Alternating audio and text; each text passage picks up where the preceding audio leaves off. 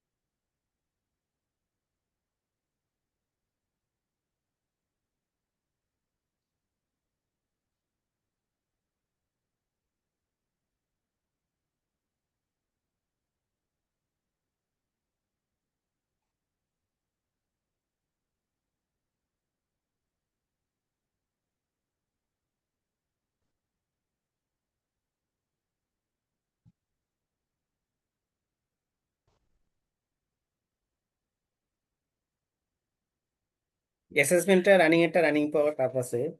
আহ, মানে এখন, কারণ এখন তো অডিট না হলে আপনি অ্যাসেসমেন্ট পাবেন না। বা নর্মালি যদি রিটার্ন সাবমিট না করা হয় তাহলে অ্যাসেসমেন্ট পাবেন না। আর অ্যাসেসমেন্ট না পাইলে কাজ শিকার জায়গাটা কিন্তু সৃষ্টি হয় না। ঠিক আছে। একটা তো আমরা অ্যাকাউন্টস প্রিপারেশন একটা গুরুত্বপূর্ণ রোল। অ্যাকাউন্টস প্রিপারেশন আপনি যত সুন্দর করে করতে পারবেন, আপনার ট্যাক্সের সুবিধা তত নিতে পারবেন। আমি ওই আগেও এই বিষয়টা বলেছি। তো সব কিছু ডিপেন্ড করতেছে এই অ্যাকাউন্টস, এই কোম্পানির ট্যাক্সে। আমাদের ধর্মীয় গ্রন্থ যেমন হাত দেওয়া যায় না, যখন একটা অডিটেড অ্যাকাউন্টস হয়ে যাবে এটার মধ্যে ট্যাক্স অফিস হাত দিবে না। এখানে যা আছে তার আঙ্গিকেই তারা কলম বসাবে। আপনি এখানে যদি যা দিবেন তার আঙ্গিকে এক কথায় কলম বসবে, মানে রিটার্নে বা অ্যাসেসমেন্টে, ওগুলোতে। এই একটা ফাইল দেখেন, এই অডিট রিপোর্টে ওনারা এই যে ইচ্ছা মতন আঁকাঝোঁকা করছে, মন মতন আঁকাঝোঁকা করছে।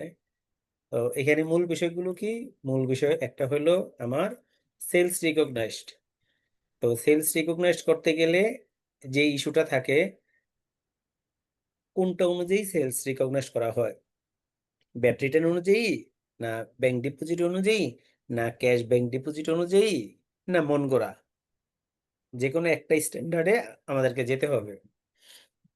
এখন যদি আমরা ব্যাংক স্টেটমেন্ট অনুযায়ী ধরি, মানে ব্যাংক ডিপোজিট অনুযায়ী ধরি, সব ক্ষেত্রে ওইটাকে বেস ধরা যাবে না, অথরিটি মানবে না। কারণ হয়েছে কিছু কিছু বিজনেস আছে, ক্যাশও বিজনেস হয়। তো তখন একটা ইস্যু দাঁড়ায়। আবার যদি যে না, আমি ক্যাশ সেল করি, ওই টাকাটা আমি ব্যাংকে নিয়ে জমা দিয়ে দিই, আলটিমেট আমার সবই ব্যাংকিং চ্যানেলে সেল, তখন আবার ওকে, অসুবিধা নেই। আর আরেকজন হয়েছে যে আমি যা সেলস করি আমি ব্যাট রিটার্নে দেখিয়ে দিই, সেলস ডিসক্লোজ করি ব্যাট রিটার্নের মাধ্যমে। তাহলে ব্যাট রিটার্নে যা আছে সেটাই আপনার সেলস। প্রথমে আপনারা এইভাবে সেলস রিকগনাইজ করবেন প্রতিষ্ঠানের টাইপের উপর আর কি, প্রতিষ্ঠান যেভাবে হিসাব মেনটেন করে সেভাবে। তাহলে আপনি সেলস রেভিনিউ পেয়ে গেলেন। একটা রিটার্নও বের করি।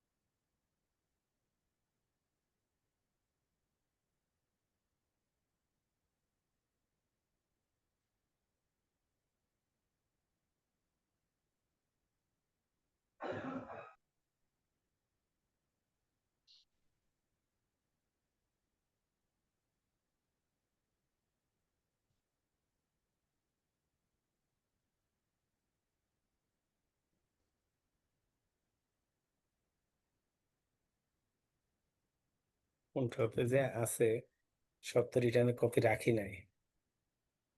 Tax return 24-25।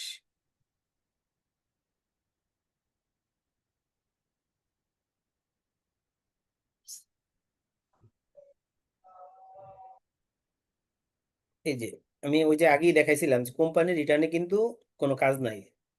হ্যাঁ, এই অ্যাকনলেজমেন্ট স্লিপ,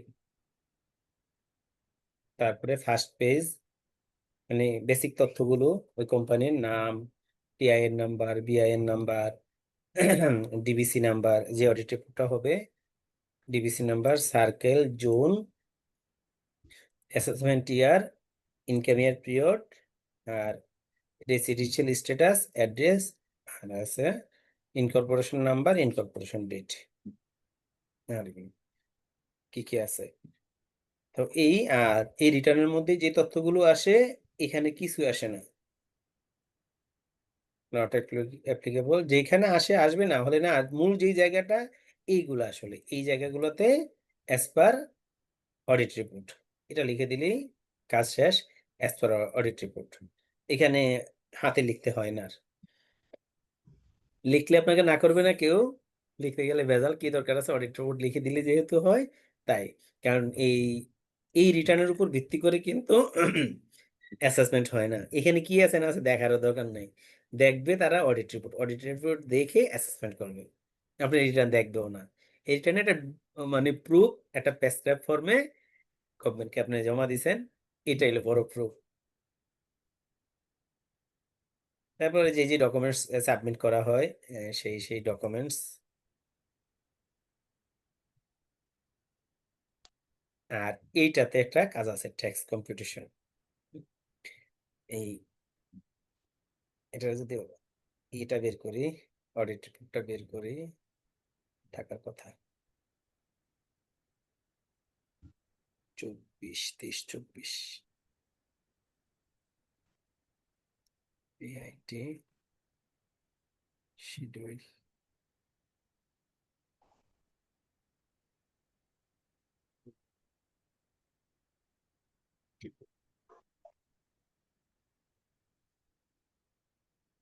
হ্যাঁ, আচ্ছা। তো এই হলে প্রতিষ্ঠানের অডিট রিপোর্ট। তো এটা অনুযায়ী তার রিটার্নটা হলো প্রস্তুত করা হয়েছে। তো আসে কি, তার সেলস এটা ধরা হয়েছে, তার ব্যাংকিং চ্যানেলে যে টাকা ঢুকছে সেই অনুযায়ী তার সেলস ধরা হয়েছে। তার লোকাল সেলস আছে 88,37,619 টাকা।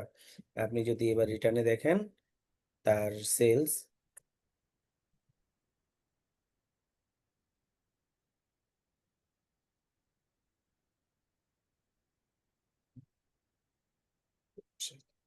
ও সরি, এখানে তো সেলস নেই, তো নেট প্রফিট। নেট প্রফিট হলো 2,01,000। দেখা যাচ্ছে? দেখা যাচ্ছে কি না? দাদা একটু জুম করেন। আরো করছি তো, ওই যে ফিগার গুলো দেখা যাচ্ছে কিনা? আরে কেউ কথা কয় না। অস্পষ্ট দাদা, লেখাগুলো একটু ঝাপসা। দেখা ঝাপসা দাম আছে না বেশি না?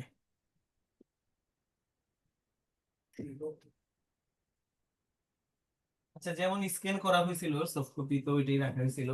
যাই হোক, এটা দেখেন, এই 2,01,760 টাকা তার নেট প্রফিট বিফোর ট্যাক্স। এটা কি বোঝা যাচ্ছে? এই যে আমি কারসর ইয়ে তো, কারসর করা কার্সর, যাচ্ছে না। হ্যাঁ হ্যাঁ দাদা হ্যাঁ বোঝা বুঝা যায় যাচ্ছে, বুঝা যায়। কার্সর বাবু বোঝা যাচ্ছে। 2,01,760। আমি আরেকটা দেখতে পারি, যে সফট কপিটা আছে কিনা। সফট কপিটা আছে কিনা,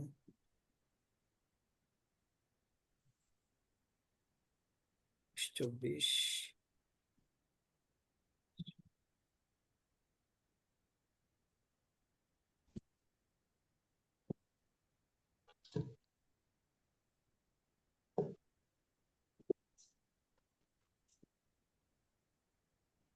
চেঞ্জ দেখা যায়, পরে আপডেট করা হয়েছে, আপডেটটা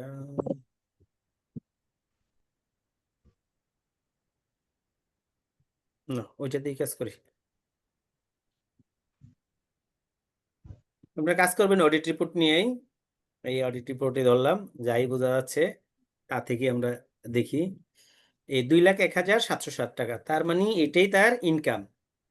এই যখন রিটার্ন আপনারা প্রস্তুত করবেন কাজ হইল এখানে আইসা এই যে ট্যাক্স কম্পিটিশন 2,01,760। এখন কোন কোন জিনিস অ্যাড করবেন, কোন কোন জিনিস লেস করবেন, প্রথমে চলে যেতে হবে ধারা 55-তে। ধারা 55-তে গেলে কোন জিনিসটা আপনি কতটুকু পাবেন, একবার নর্মালি যেটা হয় এই ডেপ্রিসিয়েশন আর এন্টারটেনমেন্ট, তারপর আরো কিছু খরচ আছে যেগুলো হইলো আপনি কি পরিমাণ পাবেন আর কি পরিমাণ বেশি নিতে পারবেন। যেই যেই ক্ষেত্রে এই ঘটনাগুলো ঘটে ওই ওই খরচের যদি হেডগুলো থাকে সেগুলো প্রথমে তারা এখানে যোগ করে নেবে বা আপনিও করে নেবেন। অডিট রিপোর্ট হয়ে গেছে, আপনি রিটার্ন সাবমিট করতে গেলেন, তখন আপনি এটা আগেই যোগ করে নেবেন। তো এই কোম্পানির যদি আমরা এই এক্সপেন্সের হেডগুলো দেখি কোনটা কোনটা আছে,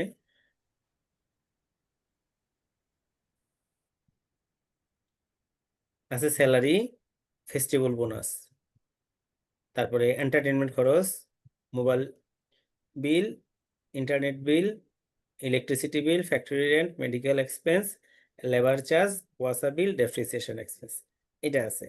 এখন আমাদেরকে ওই যে মনে করতে হবে কোনটা, যে আমরা ধারা 55-তে কি আছে, ইনকাম ট্যাক্স অ্যাক্ট, এটা আপনাদের সামনে নিয়ে বের করতে হবে কাজ করার সময়। যদি এটা আপনি নিয়ে বের না করেন আপনি এই রিটার্নটা সঠিকভাবে প্রস্তুত করতে পারবেন না।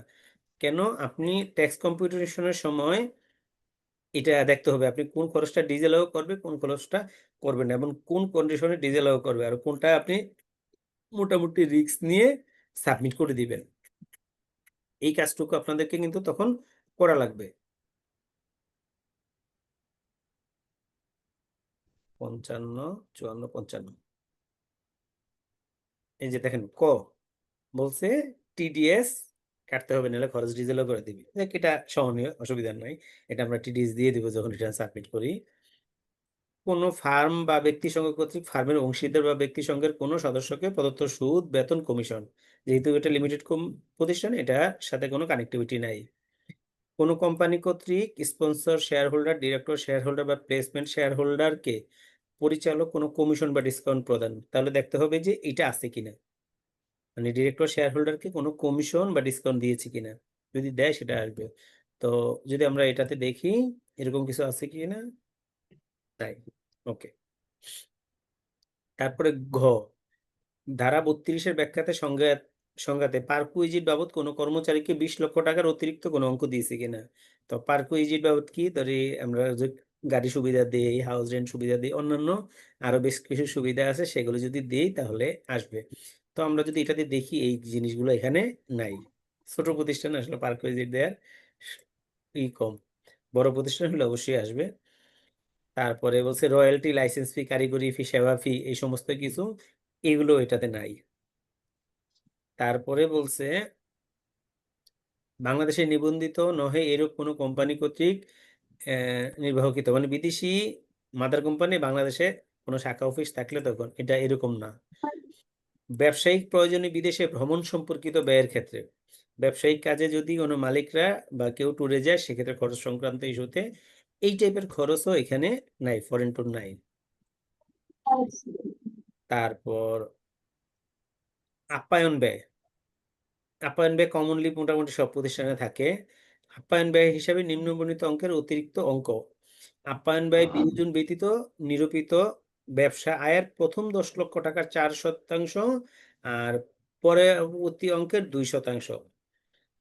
তাহলে আপ্যায়ন ব্যয় আমরা এটা পাবো কমন, এটা একটা হেড, দেখেন এখানে আছে এন্টারটেনমেন্ট 69,120, তারপর এন্টারটেনমেন্ট 40,320, তাহলে 69 আর 40, 70, 1,10,000-এর মতো এখানে খরচ আছে।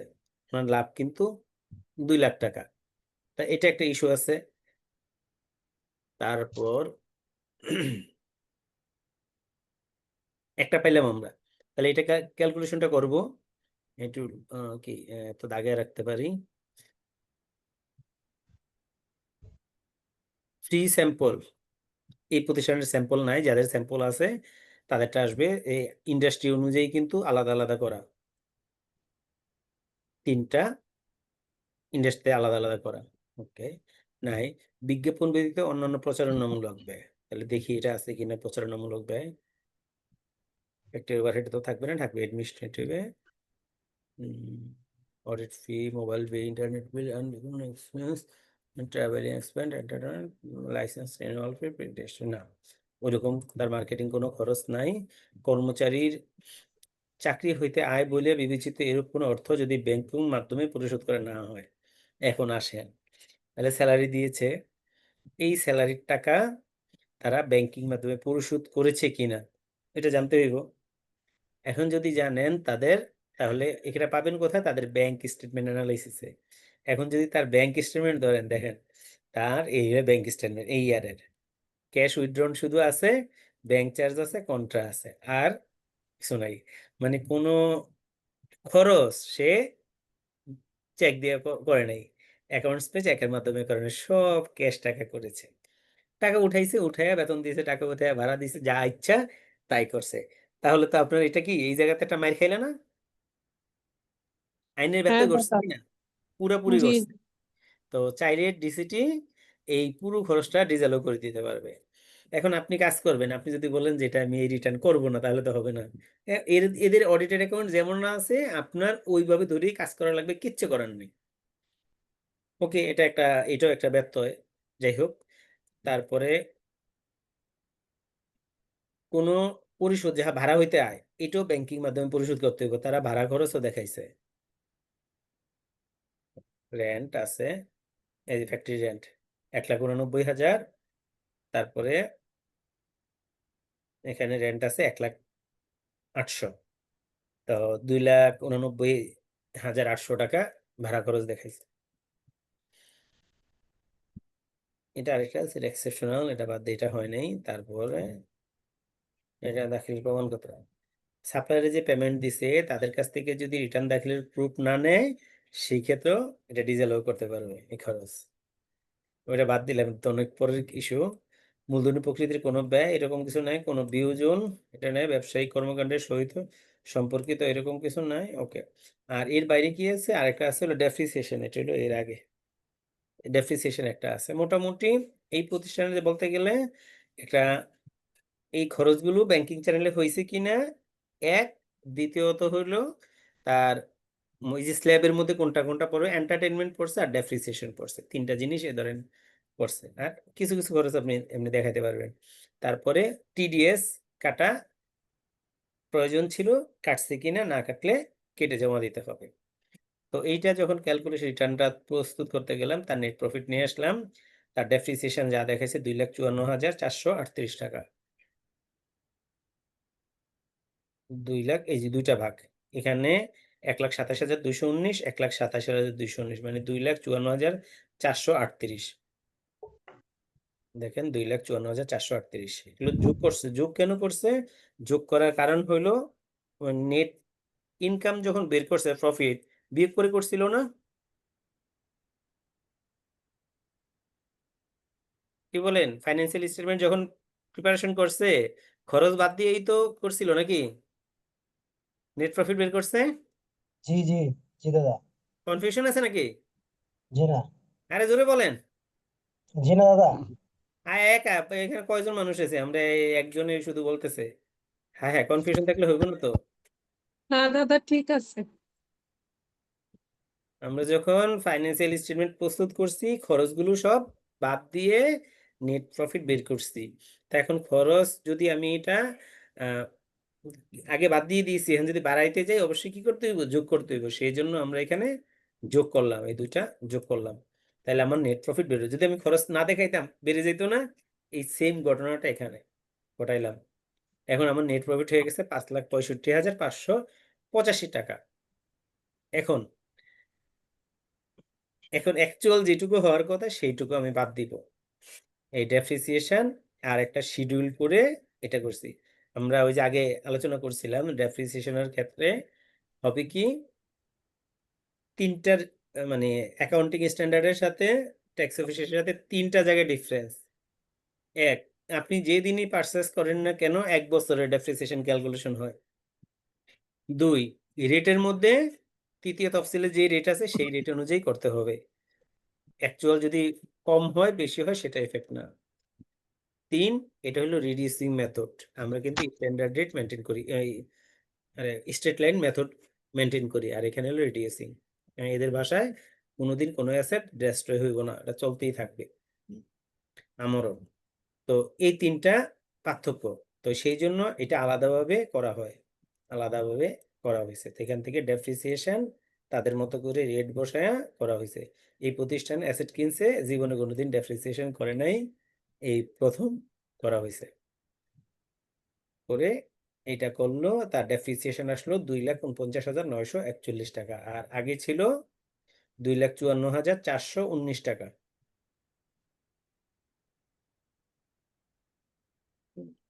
তো এটা থেকে এটা বাদ দিয়ে দিলাম। বাদ দিয়ে দেওয়ার পর আসলো ৩,১৫,৬৪০ টাকা নেট প্রফিট। তারপরে এন্টারটেইনমেন্ট সে কত পাবে?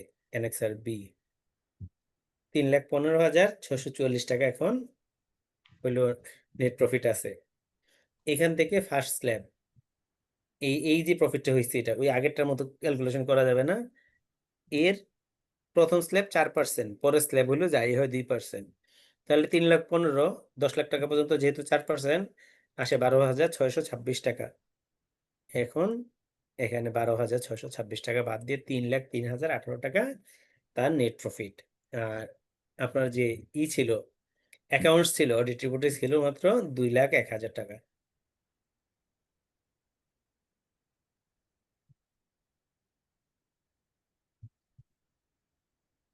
$২,০১,৭০৭ টাকা অডিট রিপোর্টে ছিল।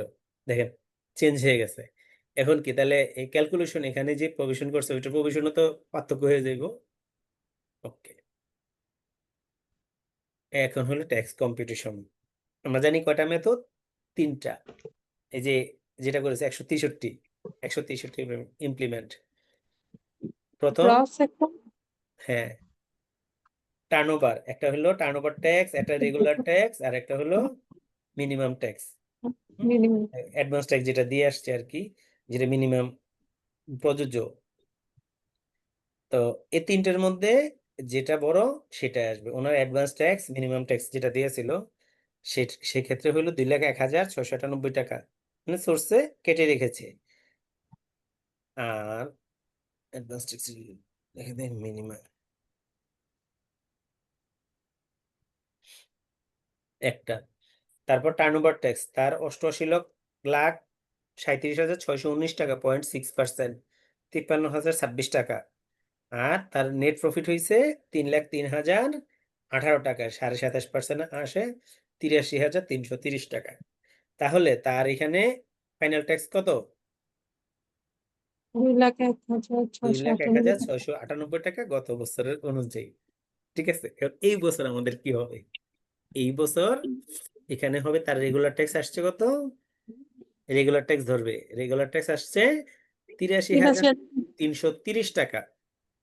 কিন্তু সে দিছে ২,০১,৬৯৮ টাকা। এই ১,১৮,৩৬৮ টাকা ক্যারি ফরওয়ার্ড হবে ক্যারি একটা ফরওয়ার্ড হ্যাঁ, একটা শিডিউলের মধ্য দিয়ে। রিটার্নে এটা শো করে। ধরেন এই কম্পিটিশন এখানে করলেন, এখানে একটা কম্পিটিশন করে দিলেন। হুম? তো ওই হিসাবে এবারকার জন্য তাদের ফাইনাল ট্যাক্স আসবে ৮৩,৩৩০ টাকা। আর ওই ১,১৮,০০০ ক্যারি ফরওয়ার্ড হবে।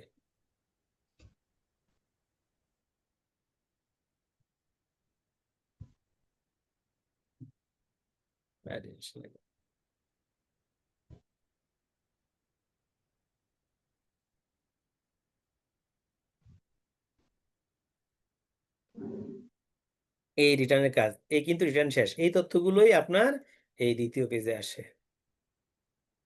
আসলো নেট প্রফিট, আসলো ট্যাক্স, হ্যাঁ? তার টার্নওভার ট্যাক্স কত, মিনিমাম ট্যাক্স কত, এই যে মিনিমাম ট্যাক্সটা আসলো, টার্নওভার ট্যাক্সটা আসলো, এসে এবার তার কি ট্যাক্স দেখানো হলো। এই কাজ শেষ। আর কিন্তু রিটার্নে কোনো কাজ নাই। বললাম রিটার্নের কাজ শেষ। এটার অ্যাসেসমেন্ট হয় নাই, এটা দেখাইতে পারবো না। এবার অ্যাসেসমেন্ট যেটা হইছে সেটা দেখাই। মানে অপারেশনটা এটা। অডিট রিপোর্টও দেখলাম, একটু রিভিউ করলাম, কোন জায়গাগুলোতে ইফেক্ট হয় সেটাও দেখলাম, আর রিটার্নটা কিভাবে সাবমিট হয় সেটাও দেখলাম। রিটার্নে কোনো তেমন কাজ নেই, শুধু এই কম্পিটিশনটাই। আর এগুলো তো লিঙ্ক করা অটোমেটিক্যালি আপনার চলে আসে। এখন আসেন আমরা একটা অ্যাসেসমেন্ট দেখি। এখানে কোনো প্রশ্ন আছে আপনাদের? জি দাদা, এখানে ওই যে এই ডিপ্রিসিয়েশন যখন আপনি যোগ করছেন তখন তো ওই যে আমার অপারেটিং এবং অ্যাডমিনিস্ট্রেশন ওই দুটোই তো যোগ করছেন, তাই না দাদা? না না, ও হ্যাঁ হ্যাঁ, টোটাল টোটাল ডেপ্রিসিয়েশন যা দেখেছি তাই।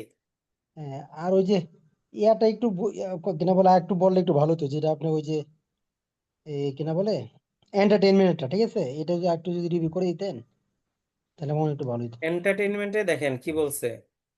না তবে দাদা আপনি যেভাবে বুঝাইছেন খুবই সুন্দর, চমৎকার লাগছে আমার কাছে, ঠিক আছে। এন্টারটেইনমেন্টে বলছে যে দুইটা স্ল্যাব, প্রথম নেট প্রফিটের প্রথম 10 লাখ টাকার উপর 4% সে এন্টারটেইনমেন্ট খরচ দেখাইতে পারবে, এরপরের যে অবশিষ্ট যা অংশ থাকবে তার উপর 2%। তো একটা প্রতিষ্ঠানের যখন 20 লাখ টাকা নেট প্রফিট হবে তখন তার ডেপ্রিসিয়েশনটা এই এন্টারটেইনমেন্ট খরচ কত দেখাবে বলেন তো কেউ একজন?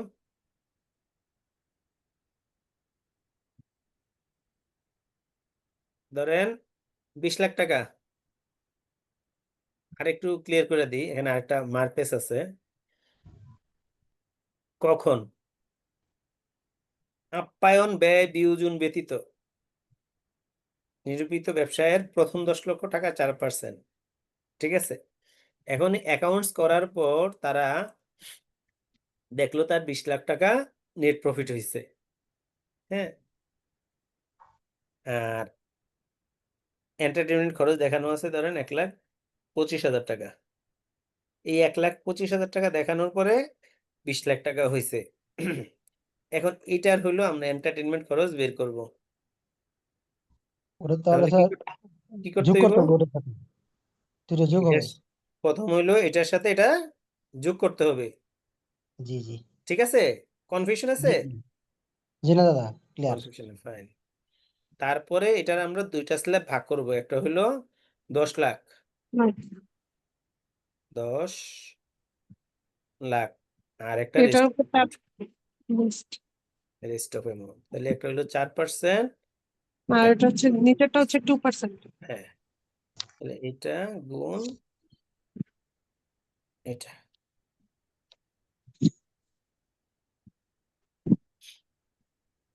এই এই হলো 62,500 টাকা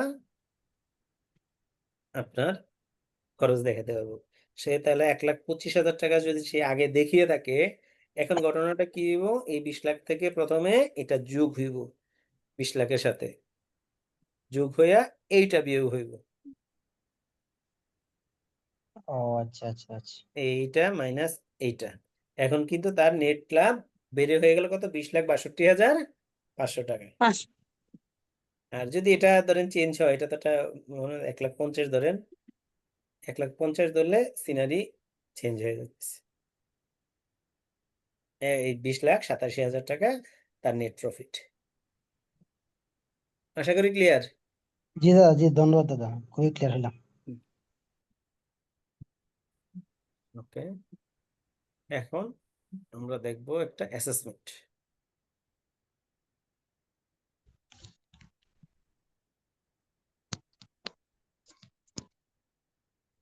এই হইলো ওনাদের অডিট রিপোর্ট।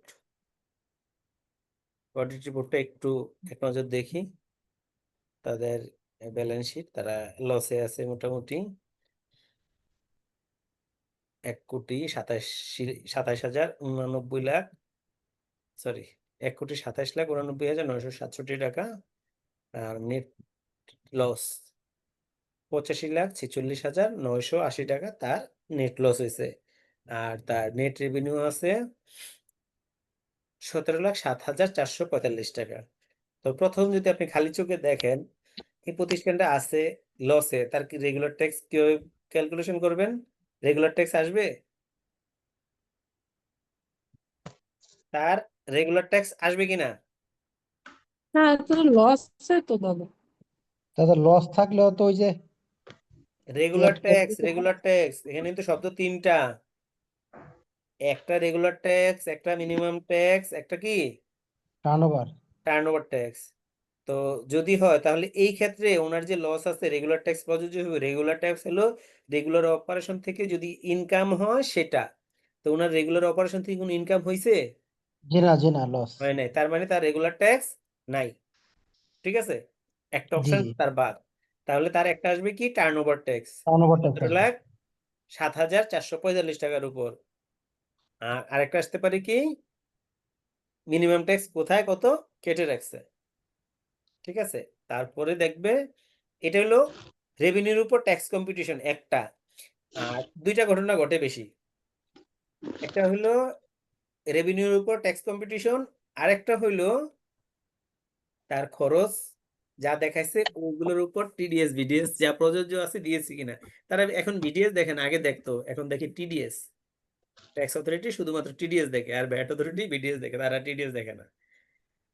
তাহলে টিডিএস যেখানে যেখানে প্রযোজ্য দিয়ে আসছে কিনা, এবং যখন ইন্টারেস্টও প্রযোজ্য তা দিয়ে আসছে কিনা, এবং ওই রেট করতেছে কিনা। তো এই জিনিসটা হলো প্রযোজ্য। তো আমরা দেখি তাহলে, আমরা পাইলাম নেট প্রফিট পাইলাম। নেট প্রফিটের উপর একটা ক্যালকুলেশন আমরা করতে পারি। আর একটা হইলো তার খরচ। এখন আবার আরেকটা জিনিস আছে এখানে। দেখেন এখানে ইস্যুটা হইলো ইনকাম, লায়াবিলিটিস, নেট রেভিনিউ। তাদের যে সার্ভিসটা, এই হলো সার্ভিস, এটা নেট রেভিনিউ এই ১৭,০০,০০০ পাইলো। দেখেন সাবনোট আছে ১৭-১-এ সেলস। সেলস একটা হলো দুইটা টাইপের সেলস, সার্ভিস রিলেটেড প্রতিষ্ঠান। তো তার কিন্তু ১,২৬,৬৬,৯০৩ রিটার্ন আছে বাদ দেওয়ার পর ১,১৮,৭০,৪০০ টাকা হইলো তার বেসিক্যালি নেট সেলস বা নেট সার্ভিস রেভিনিউ। এখান থেকে এটা ওই যে উবার পাঠাও আছে না, তাদের মতো একটা রাইড প্রতিষ্ঠান মেড সার্ভিস। তো এখানে মেডদের বেতন দেওয়ার পর তার ভ্যাট দেওয়ার পর তার হইলো মাত্র ৫,৯৬,৮০২ টাকা। এটাই হলো তার নেট প্রফিট ধরছে। এখন অথরিটি চাইলে এটা তার টার্নওভারের মধ্যে ধরে নিতে পারে না? টার্নওভারের মধ্যে ধরে নিতে পারে। ঠিক আছে, তো এগুলো হলে কনভিন্স করতে হয়। আর আইটি সার্ভিস প্রোভাইডার আছে ১১,১০,০০০। এটা এক্সপোর্ট সার্ভিস, লোকালও থাকতে পারে এক্সপোর্ট সার্ভিস। তার টোটাল বিজনেসই বেসিক্যালি আইটি। তো এখান থেকে এই ধরেন সেলস দাঁড়াইলো ১৭,০০,০০০,৪৪৫ টাকা। আর এখানে যে মেকানিজম, এটা আপনারা কাজ করতে করতে বুঝবেন, কাজ না করলে বুঝবেন না। হিউজ মেকানিজম আছে এই জায়গাগুলোতে, প্রতিষ্ঠান ওয়াইজ ডিপেন্ড করে। যাই হোক ১৭,০০,০০০,৭৪৫ টাকা নেট সেল পাইলাম। এবার খরচগুলোতে আসি। খরচের ক্ষেত্রে এই যে রেভিনিউ ধরা হইলো, এগুলোর ক্ষেত্রে মেডদের পেমেন্ট দিল, তাহলে মেডদের পেমেন্টের ক্ষেত্রে আমি যদি সেলস করি, পার্সেস করি, পার্সেস তো আমার কমে যায়, টাকা চলে যায় না। তো তাদের ক্ষেত্রে কি সোর্স ট্যাক্স প্রযোজ্য কিনা, টিডিএস কাটতে হবে কিনা পার্সেসের ক্ষেত্রে? জি কাটতে এটা হবে। ইন্টারেকশন করেন না? কাটতে হবে। কাটতে হবে, অবশ্যই কাটতে হবে। লিমিটেড কোম্পানি না, এটা লিমিটেড কোম্পানি। তো এইখানেও তো সার্ভিস যখন দিচ্ছে তাদেরই পেমেন্ট দিচ্ছে, তাহলে কাটা উচিত না? এটা তো সার্ভিস, এটা তো 90 সেকশনের মধ্যে পড়ে, এখানে কাটতে হবে। তারপর এক্সপেন্সেস আর কি কি আছে, তার ডিরেক্ট এক্সপেন্সেস আছে, এই যে দেখাইছে ডিরেক্ট এক্সপেন্সেস গুলো বাদ দেওয়ার পরে তার ওই যে নেট প্রফিট বের করছে, এ গ্রস প্রফিট বের করছে। গ্রস প্রফিট বের করছে আমি দেখি তো।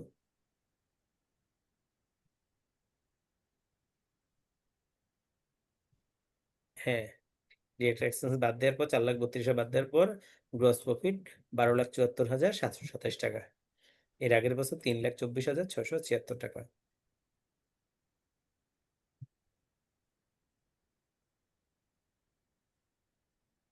আমরা দেখছি মনে হয় কঠিন লাগতেছে বেশি নাকি? কঠিন কাজই, সহজ কাজ না।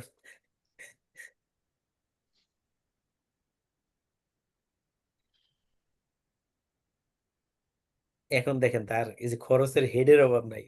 Software development expenses, technical support expenses, ওই গোষ্ঠী হেড দিয়ে ফাটায় ফেলছে, যা পাচ্ছে কোনোটাই বাদ নেই, একেবারে যেই টাইপের খরচ এখন ওই টাইপের খরচ দিয়ে হইলো ফাটায় ফেলছে।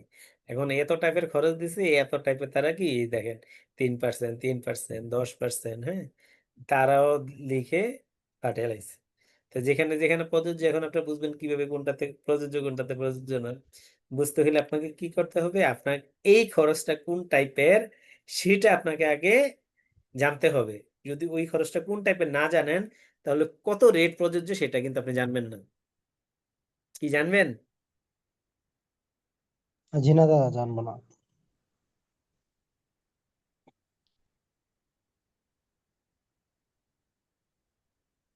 আছেন কজন আপনারা? সাউন্ড যে নাই, ঘটনা বুঝলাম না। 21 জন আছেন। আপনারা 21 জন, আমি বাদ দিলে 20 জন। আপনাদের সাউন্ড নাই কেন ভাই, বলেন তো? মাথার উপর দিয়ে যাচ্ছে এই জন্য? না না আছি দাদা, আছি দাদা, মাথার উপর দিয়ে যাচ্ছে খালি তো। আছি। না এই দাদা একটু বোঝার চেষ্টা দাদা, মন করতেছি। দিয়ে শুনতেছি, মন দিয়ে শুনতেছি। আচ্ছা, ঠিক আছে, শুনলেও ভালো। এগুলো কিন্তু কোনো ডেমো না, এগুলো কিন্তু লাইভ, এই একেবারে রিয়েল সিনারি। এইভাবেই ট্যাক্স অফিসে জমা হয়েছে এবং ট্যাক্স অফিস থেকে এটা কাজ করে অ্যাসেসমেন্ট করে আনা হয়েছে। তো এই খরচগুলো যদি কোন হেডের আপনি না জানেন, আপনি টিডিএস বসাতে পারবেন না এবং জানবেনও না এটার উপর টিডিএস প্রযোজ্য নাকি প্রযোজ্য না। তো সফটওয়্যার ডেভেলপমেন্ট এক্সপেন্স একটা দিছে, টেকনিক্যাল সাপোর্ট এক্সপেন্স কি? Software development expense. Software development করতে যে সে খরচ করছে, তাহলে এটা কোনটা কোথায় পড়বে? আমাদের যে টিডিএস কর্তনের যে ধারা 86 থেকে 139 পর্যন্ত আছে, 139 বাদ দেই, 118 পর্যন্ত আছে, এর মধ্যে কোনটা পড়ে? এর মধ্যে কোনটাতে পড়ে আপনাকে সেটা খুঁজে বের করতে হবে। কোনটাতে যখন না পাবেন, অ্যাটলিস্ট সার্ভিস হইলে 90-তে ফেলতে পারবেন, স্পেসিফিক কোনটাতে না পড়লে, আর সাপ্লাই হইলে 89-তে ফেলবেন, কাজ শেষ। যদি কোনোটা স্পেসিফিক ভাবে না পাবেন, এইটা করতে পারবেন। আর যেটা আর ট্র্যাক করতে পারবেন যে এটা কি প্রযোজ্য না, সেটা তো বেঁচে গেলেন। হ্যাঁ, তো সেটা আলাদা জিনিস, সেটাও কিন্তু খুঁজে বের করতে হবে, তা না হলে হবে না। তা না হলে কি হবে, ওই প্রতিষ্ঠানের উপর বার্ডেন বেড়ে যাবে। আর আরেকটা হয়েছে, যদি ওইটাও না ফেলতে পারেন, আদার্সে যাবে, যেটার উপর ট্যাক্স ধরেন 10%, ওইটা দিতে হবে। তো এই জন্য আপনাকে চেষ্টা করতে হবে যতটুকু কাছাকাছি কানেক্ট করা যায় ওইটাতে ফেলার জন্য, যখন না বুঝতে পারবেন। এইরকম হজবরল অ্যাকাউন্টস এর ক্ষেত্রে ওইটা ঘটানো ছাড়া কোনো গতি নেই, কারণ এতগুলো হেডস কখনো দেয়া ঠিক না। আপনি অ্যাকচুয়াল দেন, অ্যাকচুয়াল কোম্পানি অ্যাকাউন্টসে থাকুক, কিন্তু এই অডিটেড অ্যাকাউন্টসে এতগুলো দেওয়া দরকার নাই। দিলে বেকায়দা ছাড়া আর কিছু হয় না। এই যে এটা করতে গিয়ে বেশ বেকায়দায় আমাকে পড়তে হয়েছে। এটা আগেই করছে ওনারা, অডিট রিপোর্ট আগেই করছে, বাট এই অ্যাসেসমেন্ট করে দিয়ে যায় বেশ বেকায়দায় পড়তে হয়েছে। তো যাই হোক, এই সবগুলো দেখার পর যেখানে যেখানে টিডিএস প্রযোজ্য, এই টিডিএস টুকু আমরা দিয়েছি, দিয়ে এবার হলো ট্যাক্স অফিসে সাবমিট করছি। তো ট্যাক্স অফিসে যখন এটা চাইবে ডকুমেন্টস গুলো কিভাবে সাবমিট করতে হয়, একটা স্যাম্পল আপনাদেরকে দেখানোর জন্য আমি অফিস থেকে নিয়ে আসছি। তো ওনারা যে লিস্ট দিল, দেখা কি যাচ্ছে? ওনারা একটা দিবে। তো আপনার এই সিরিয়ালি আপনি সাজাবেন, যদি তার একটা চিঠি দিবে, তারা চিঠি দিলে ওই চিঠি অনুযায়ী সিরিয়ালি সাজাবেন। এই অডিট রিপোর্ট অবশ্যই সাথে দিতে হবে, অডিট রিপোর্ট, তারপরে কোন ক্ষেত্রে কি কি, এই যে ট্যাগ লাগিয়ে দিয়েছি, যেমন এটা রিমুনারেশনের উপর, এটা কি স্থায়ী সম্পদ সংক্রান্ত, তারপর এটা হলো মূলধন সংক্রান্ত, এটা বিক্রয় সংক্রান্ত, এরকম ভাবে ক্রয় সংক্রান্ত, উম, তারপরে ভাড়া, গ্যাস সংক্রান্ত যা যা ছিল আর কি ওইখানে, ট্রেড পেয়েবল সংক্রান্ত, এটা একটা কপি ছিল আমার কাছে, এই কোম্পানির না, এটা আরেকটা কোম্পানির। তো এই হইলো, এভাবে দিয়েছে, এভাবে হলো সাজিয়ে তাদেরকে দেয়া হয়েছে। তাদেরকে দেওয়ার পরে তারা আবার এইটারে এই দেখে দেখে, এই খরচ অনুযায়ী দেখে দেখে খুঁজে বের করে। এখন এটা বের করি। অ্যাসেসমেন্ট অর্ডারটা বের করি। Assessment order.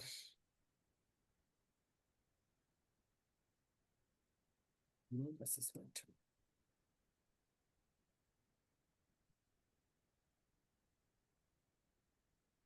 এই এগুলো নর্মাল ফর্মালিটিস, নামটা আমি লিখে লেখার পর এটা রেজাল্ট কিন্তু তার দ্বারা আপনাকে জানানো যাইতেছে যে টাকা 12,697, কথায় 12,600 দিল, আর সুদ আসলো 1,656 টাকা। এটা হলো কি ধার্য হয়েছে এই রিটার্নের এগেনস্টে, মাত্র 12,000 টাকা, 12,657 টাকা দিতে হয়েছে।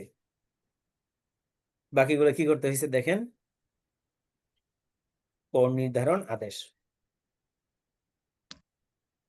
দাখিলকৃত নিরীক্ষা হিসাব বিবরণী অনুযায়ী লাভ ক্ষতি প্রদর্শিত 85,46,980 টাকা। এখানে দেখেন 85,46,980 টাকা দেখা যাচ্ছে তো? তো দাদা কোথা থেকে বলতেছেন? দেখা যাচ্ছে না স্ক্রিন? হ্যাঁ দাদা এই দেখা জি, যাচ্ছে। না, জি, আমি জি, দেখেন। এই যে 85,46,980, আর অ্যাসেসমেন্ট অর্ডারেও 85,46,980। এই অ্যাসেসমেন্ট অর্ডার দিচ্ছে কি ডিসিটি, ঠিক আছে? এই রেঞ্জ পর্যন্ত গেছে, রেঞ্জ থেকে ডিসিটি আসে সেটা দিচ্ছে, সেটা ফাইনাল কপি আসলো। তারপর বাদ অন্যান্য নন অপারেটিং আয় যেগুলো আছে তারা সেগুলো বাদ দিছে, অবচয় বাদ দিছে। বাদ দেওয়ার পর তারা এখান থেকে 85 লাখ টাকা থেকে নিয়ে আসলো 28,86,86,243। এগুলোর মধ্যে কি আছে?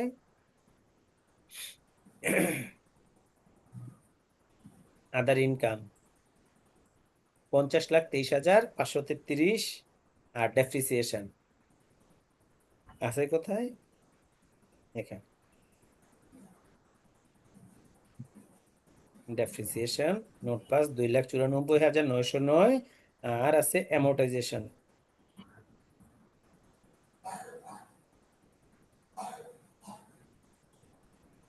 অ্যামোর্টাইজেশন কই? এই দুইটা মিলেই টাকাটা আসছে। দাদা নিচে নিচে নোট 7 দাদা। নোট 7 কই পেলেন? এইখানে এই পেজেই দাদা। হ্যাঁ, ও আইটেম না, এখানে আছে, আমি দেখতেছি না আর কি। এই যে ডিপ্রিসিয়েশন ও উপরে আচ্ছা আমরা আচ্ছা, হ্যাঁ, দিয়েছি। এই যে অ্যামোর্টাইজেশন 3,42,000 আর 2,94,000। তো ওইটা তারা কি করছে, বাদ দিছে। তো এই হইলো 28,86,243 টাকা আসছে। এখন প্রত্যেকটা অপারেটিং অ্যান্ড অ্যাডমিনিস্ট্রেটিভ এক্সপেন্সেস ধরে ধরে এক্সপ্লেন করছে। সফটওয়্যার ডেভেলপমেন্ট এক্সপেন্স খাতে খরচ দাবি করা হয়েছে 29,35,699 টাকা। প্রতিনিধি জানান যে উক্ত খরচ আয়কর আইন 2023-এর ষষ্ঠ তফসিল এর 21 ধারা অনুযায়ী করমুক্ত হিসাবে গণ্য বিধায় উৎসে কর কর্তনের প্রযোজ্যতা নাই। এক্ষেত্রে প্রতিনিধির বক্তব্য দাখিলকৃত ইনভয়েসের কপি এবং খরচের ধরন প্রকৃতি বিবেচনাতে যথাযথ। দাদা আপনি যে বলতেছেন ওই ওই লেখার সাথে ডিসপ্লেটা মিলছে না, মানে আপনি ডিসপ্লেটা কি আপ ডাউন করতেছে, আর আপনি কোথা থেকে বলতেছেন কি জানি। বলেন তো, না মিলতেছে না। ক্লিয়ার দাদা, ক্লিয়ার। ডিসপ্লে দেখা যাচ্ছে? আপনার মোবাইল মনে স্লো। আনোয়ার ভাই, আপনার মোবাইল স্লো হয়ে গেছে নাকি? হ্যাঁ, হইতে পারে, হইতে পারে। না আমি ওইটা দেখে বলতেছি। না, নেটওয়ার্কের কারণে এটা হইতে পারে। হ্যাঁ, তো বললাম আর কি মজা করে যে কিরে তোর সাবান স্লো নাকি, এখন আপনার নেটওয়ার্ক স্লো নাকি। ওকে, তো এখানে বলছে কি দাখিলকৃত ইনভয়েসের কপি এবং খরচের ধরন প্রকৃতি বিবেচনা যথাযথ বলে প্রতীয়মান হওয়ায় সম্পূর্ণ খরচ দাবি গ্রাহ্য করা হলো। মানে এক্ষেত্রে কোনো মানে কি ডিজনার করে নাই, ডিজেলাও করে নাই, যার জন্য পুরোটাই মেনে নিল। তো এরকম ভাবে প্রত্যেকটা সেকশন ধরে ধরে তারা করছে। এবং স্যালারি অ্যান্ড অ্যালাউন্স, হ্যাঁ, এখানে এই যে সোর্সে টিডিএস যা কাটা ছিল, যা স্যালারি আসছে 73 লাখ টাকা, যা কাটা ছিল এই চালান টালান তথ্য পর্যন্ত দিয়ে দিয়েছে। লাস্ট লাগছে উক্ত বেতনাদি ব্যাংকিং চ্যানেলে পরিশোধ করা হয়েছে সিটি ব্যাংক লিমিটেড হিসাব নং এত, ফলে দাবিকৃত উক্ত খরচের ক্ষেত্রে আয়কর আইন 2023-এর 55 ক, 55 ঘ, 55 ট ধারায় দাবিকৃত খরচ সম্পূর্ণ গ্রাহ্য হলো। এখানে সবগুলো খরচই দেখেন 000। কি হয়েছে? তখন তো আসলে সবগুলো কিন্তু টিডিএস দেওয়া হয় নাই, কিন্তু এই যখন আমরা রিটার্ন সাবমিট করতে আসছি এই অ্যাসেসমেন্টে পড়ছে, তখন ধরে এই সবগুলো টিডিএস এবং যেখানে যেখানে প্রযোজ্য বাকি ছিল এই ইন্টারেস্ট জমা দিয়ে এগুলো সব জিরো করা হয়েছে। কেন? এই যে দেখেন এখানে লেখা আছে 3% ইন্টারেস্টও যেখানে যেখানে প্রযোজ্য লেখা আছে ইন্টারেস্ট দেওয়া হয়েছে। কেন? যদি এই খরচটা ডিজেলাও করে এটার উপর ট্যাক্স দিব কত পার্সেন্ট? 27.5%। তো আমি যদি এখানে 3% ট্যাক্স দেই, আর ওই ট্যাক্স অ্যামাউন্টটার উপর যদি আরো যে কয়েকটা মাস ডিলে হয়েছিল ইন্টারেস্ট দিই, আর কখনো দেওয়াও লাগে নাই, তাহলে কি আমার কিন্তু অত টাকা খরচ হয় না। আর এখান থেকে বেশ কিছু খরচ যে দেখলেন না যে যৌক্তিকতার মধ্যে ফেলে নেওয়া হয়েছে, এগুলো সবগুলো করতে হয় কোলাবোরেশনের মাধ্যমে। কোলাবোরেশন তাদের সাথে যদি না করেন এটা করতে পারবেন না। পুরো টাকার উপর যদি আপনি টিডিএস দিতে যান, টাকা আসবে কত? অনেক টাকা। কয়টা বাদ যাবে? ধরুন স্যালারি, মোটা থাকে স্যালারিটা বাদ যাবে, এখানে অল্প কিছু প্রযোজ্য,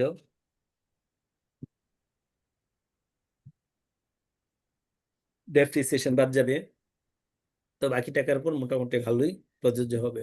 তো যতটুকু এখানে আর কি সমঝোতা করে নেওয়া যায়, নিয়ে তার মানে যতগুলো খরচ ছিল সবগুলো খরচই আমি হালাল খরচ বানিয়ে ফেলছি। বানানোর পরে ওই যে যা ছিল 28,86,243 টাকায় দাঁড়াইছে। যদি না হইতো তখন কি হইতো? তখন হইতো এমন, আরেকটাতে দেখাই,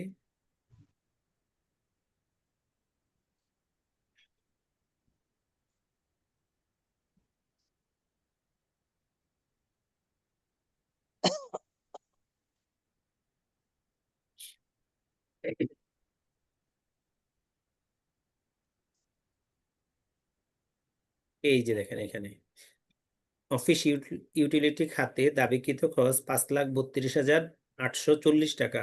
শুনানিতে প্রতিনিধি জানান উক্ত খরচ বিদ্যুৎ ও পানির বিপরীতে খরচ, উক্ত খরচের সমর্থনে যাচাইযোগ্য সম্পূর্ণ প্রমাণাদি দাখিল করতে না পারায় উক্ত খরচ হতে আংশিক অগ্রাহ্য করা হলো। হ্যাঁ, এখানে 1,00,000 টাকা ডিজনার করছে, তো 1,00,000 টাকা ডিজনার করানোর ফলে তা কি আমার এই 1,00,000 টাকা বেড়ে গেছে। আগে ছিল 51,80,997 টাকা, এখন 1,00,000 টাকা বেড়ে 52,80,997 টাকা। এবং এই টাকার উপর যে ট্যাক্স ধরে এটা আলাদা আলাদা ধরে। এই দেখেন এই যে 55 ধারার আয় যেটা ডিজেলও করবে, এই ডিজেলও খরচটা রেগুলার রেগুলার ট্যাক্স রেট, মানে কোম্পানির জন্য যে রেট প্রযোজ্য সেটা 27.5%, এটা হয়েছে। কিন্তু এই কোম্পানির জন্য ট্যাক্স রেট ছিল কিন্তু 10%, এই যে রিডিউসিং রেট।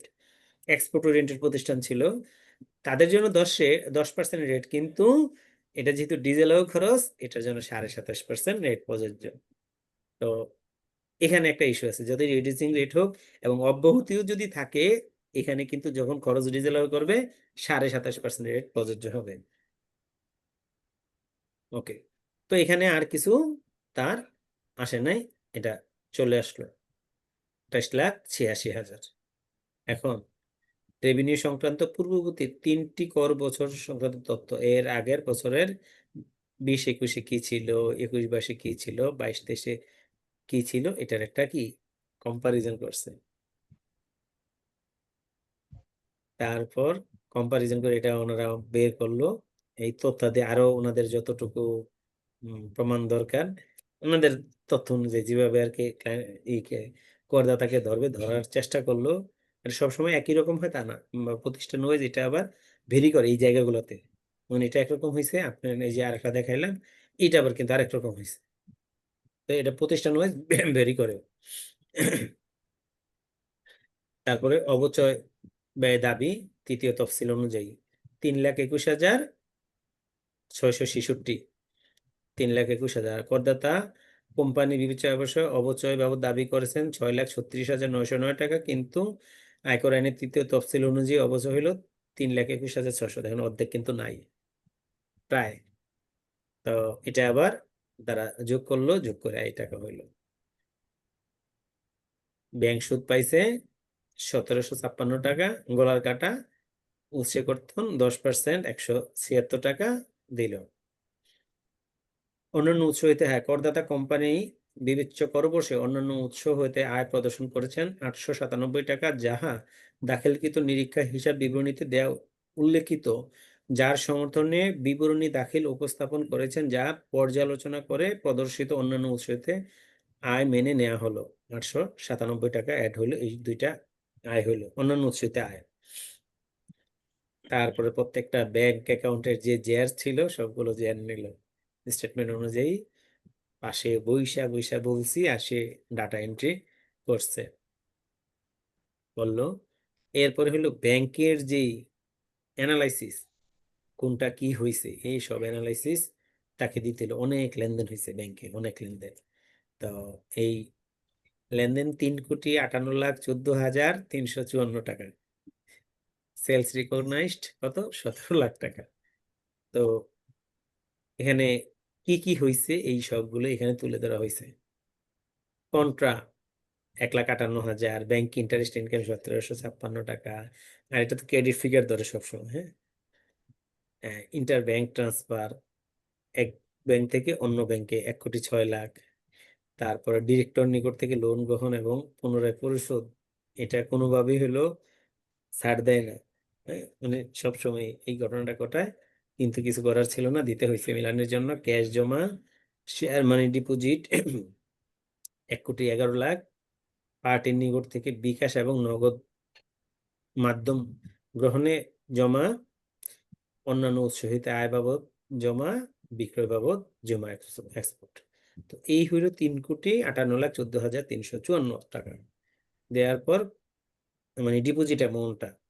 তো এইটা থেকেই আর কি, এরপরে এই যে মূলধন নিয়ে অনেক গেজাইছে, এইখানে আবার মূলধনের বেশ কিছু কাজ আছে। দেখেন, শেয়ার ক্যাপিটাল, অথরাইজ ক্যাপিটাল আছে, তারপরে শেয়ার প্রিমিয়াম আছে, প্রিফারেন্স শেয়ার আছে, শেয়ার মানি ডিপোজিটও আছে, মানে অনেকগুলো কোম্পানি রিলেটেড অনেক কিছু থাকা দরকার। এখানে মোটামুটি অনেক কিছু চলে আসছে। লার্নিং এর ক্যাপিটালের জায়গায় লার্নিং এর যে একটা ইস্যু আছে, এই জায়গাটাতে আছে। সব কোম্পানিতে এটা পাবেন না। সব কোম্পানিতে দেখবেন কি authorise capital, paid up capital, মানে শেয়ার প্রিমিয়ামও নাই, আবার শেয়ার মানি ডিপোজিটও থাকে। যখন ফান্ড শর্ট করে ক্যাপিটাল ঢোকানো লাগবে, আগে শেয়ার মানি ডিপোজিট করে তারপরে কনভার্ট করে। আর এখানে হইলো এই যে ordinary share, preference share, premium সবগুলোই এখানে আছে। তো এগুলো তাদেরকে ধরে ধরে বোঝানো লাগছে, কারণ শেয়ার প্রিমিয়াম তো আরেক জিনিস। তা কেন সেই 1 টাকার জিনিস 10 টাকা দিয়ে নিবে? তো এগুলো তাদেরকে ধরে ধরে বোঝানো লাগছে। তারপরে একটা লোন আছে, লোনও আসছে, আরো কিছু শর্ট টার্ম ছোট ছোট লোন আছে, সেটাও আসছে। একটা লং টার্ম লোন, বাকিটি শর্ট টার্ম লোন। তারপর লাইবিলিটি যে, সেটাও তাদেরকে প্রুভ করতে হয়েছে, এই যে এটা লাইবিলিটি ঠিক আছে। ফিক্সড অ্যাসেট এডিশন ডকুমেন্টস দিতে হয়েছে, যে 90,728 টাকা ডকুমেন্টস বানায় দিতে হয়েছে, না থাকলেও দিতেই হবে। তারপর ব্যবসা খাতে আয় লোকসান তারা মেনে নিল। আমরা যে 85 লাখ করলাম সেটা মানলো না, মানলো 32,07,909 টাকা। আর অন্যান্য উৎস হইতে আয় 2,653 টাকা, নিচে আরো আছে।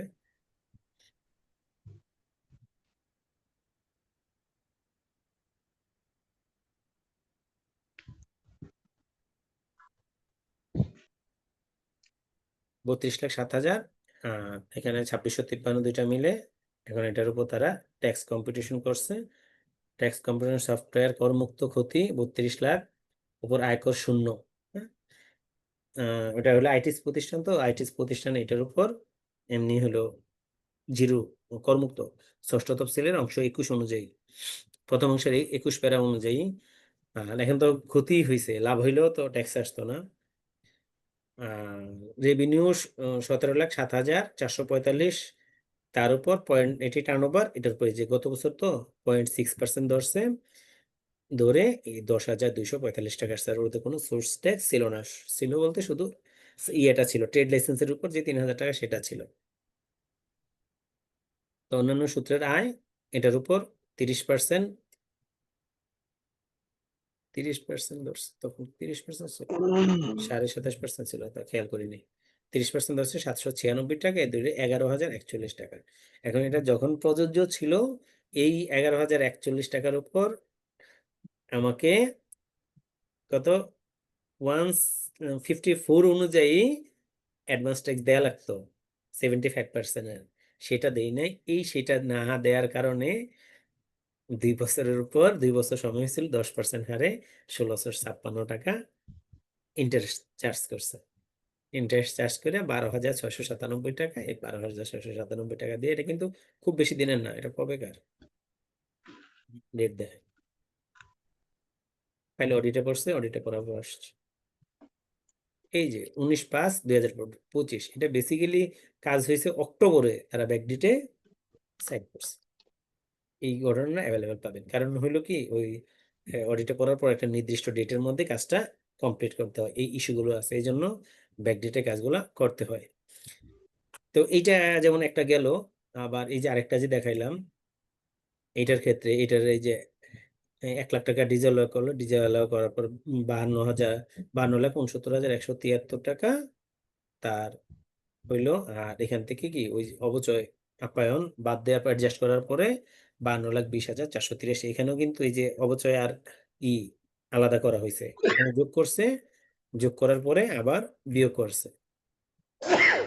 এই যে দেখেন, এটা তো একই কেস। এই যে দেখেন, এন্টারটেনমেন্ট প্রথমে যোগ করছে, ডেপ্রিসিয়েশন প্রথমে যোগ করছে 51,20,000-এর সাথে এই দুইটা যোগ করে 60,000, 51,80 হয়েছে। তারপরে আবার যখন খরচ তারা তৃতীয় তফসিল অনুযায়ী একটা ডেপ্রিসিয়েশন শিডিউল করছে, এই যে এই শিডিউল করে যা হয়েছে তা দেখাইছে। আর এন্টারটেনমেন্টও ওই যে 10 লক্ষ টাকার উপর 4% পরের অংশের উপর 2% ক্যালকুলেশন করছে, করে এটা বের করছে। এরপরে হইলো তারা এই যে এখানে দেখেন 163 অনুযায়ী ট্যাক্স কম্পিটিশন করছে। ব্যবসা হতে আয়, হ্যাঁ, এটা রেগুলার ট্যাক্স 51,20,883 উপর 10% হারে 5,12,048 টাকা আসে। আর উৎসে কর্তন ছিল সোর্সে, এইটার এগেনিস্টে সোর্সে ছিল 6,37,757 টাকা। তার ট্যাক্স আসছে 5,12,048, কিন্তু সোর্সে কাটছে 6,37,657 টাকা মিনিমাম ট্যাক্স। তাহলে দুইটার মধ্যে যেটা বড় সেটাই নিছে। ওকে, আমরা 163(6) গেলে কিন্তু এটা দেখতে পাবো। ধারা 55, যেটা ডিজেলও করছে, এই ডিজেলও 1 লাখ টাকা 27.5% 27,500 টাকা চলে আসছে। অন্যান্য সূত্রের আয় ব্যাংক সুদ পাইছে 11,970 টাকা। আমরা যদি এই যে 163-র চার দেখি, সেখানে এই যে লেখা আছে না 3, 163-3 আপনার অন্যান্য হইতে যে আয়টা আসবে রেগুলার বিজনেসের বাইরে যে আয়টা হবে, ওই আয়ের রেট এবং বিজনেসের যে rate regular tax rate implement করার পর দুইটার মধ্যে যেটা বড় সেটা নিতে হবে।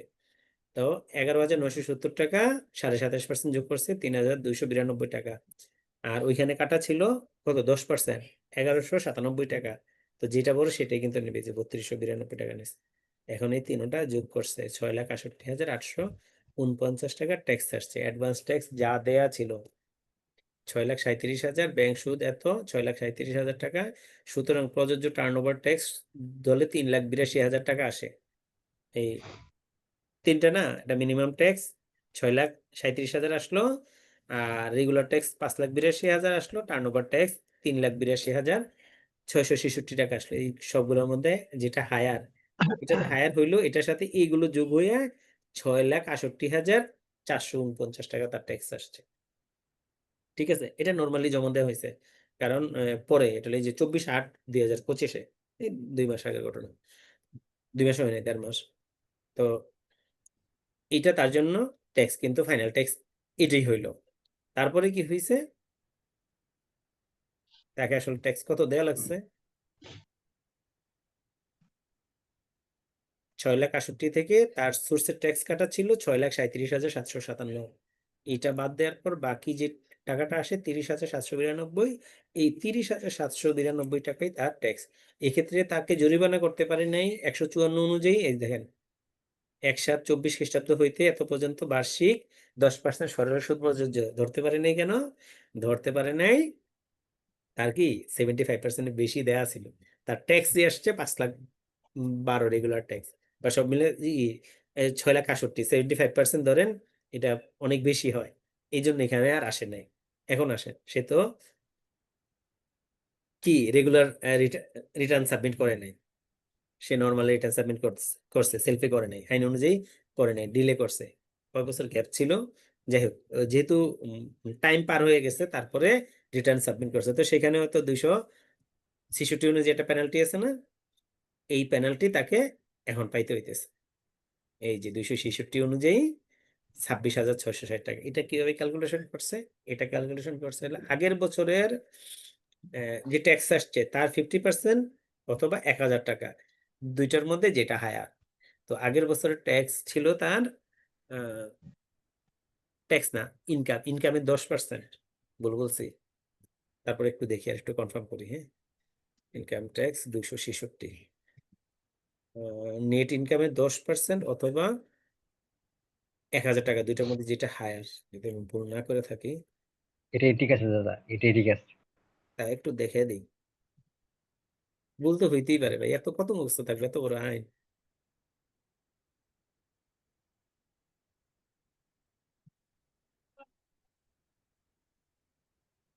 65, 66, এই যে সর্বশেষ নিরূপিত আয়ের ধার্যকৃত করে 10% হারে জরিমানা আরোপ করিতে হবে, যাহা ন্যূনতম 1,000 টাকা নিচে হবে না আর কি। আর এটা অবশ্য কাজ করে না, যে ব্যর্থতা হলে এটা মাফ করে। তো তার যেটা ছিল ওই অনুযায়ী এই 26,000 টাকা আসছে, 26,660 টাকা, এটা অ্যাড করছে, এই টোটাল মিলে তাকে এই দুইটা ফিগার জমা দিতেছে, একটা 26,660 টাকা আর ওইখানে 30,792 টাকা। এই টাকা কিন্তু তাকে জমা দিয়ে আবার রিসিভ করে নিয়ে আসতে হচ্ছে, জমা দেওয়া লাগছে। এই হলো অ্যাসেসমেন্টের কাহিনী। তো এই অ্যাসেসমেন্ট যখন করতে যাবেন তখন বলবেন এই অ্যাসেসমেন্টটা আমি 7 দিনে বের করে আনছি, শনিবার পর্যন্ত তার সাথে হলো কাজ করছে। এটা খুব চ্যালেঞ্জিং, 7 দিনে এটা অ্যাসেসমেন্ট, এটা বড় বড় যে গাবলা ছিল, ওই গাবলা সহ এটা সমাধান করছে। এই হলো অ্যাসেসমেন্ট। ল্যাপটপ চার্জ হয় না।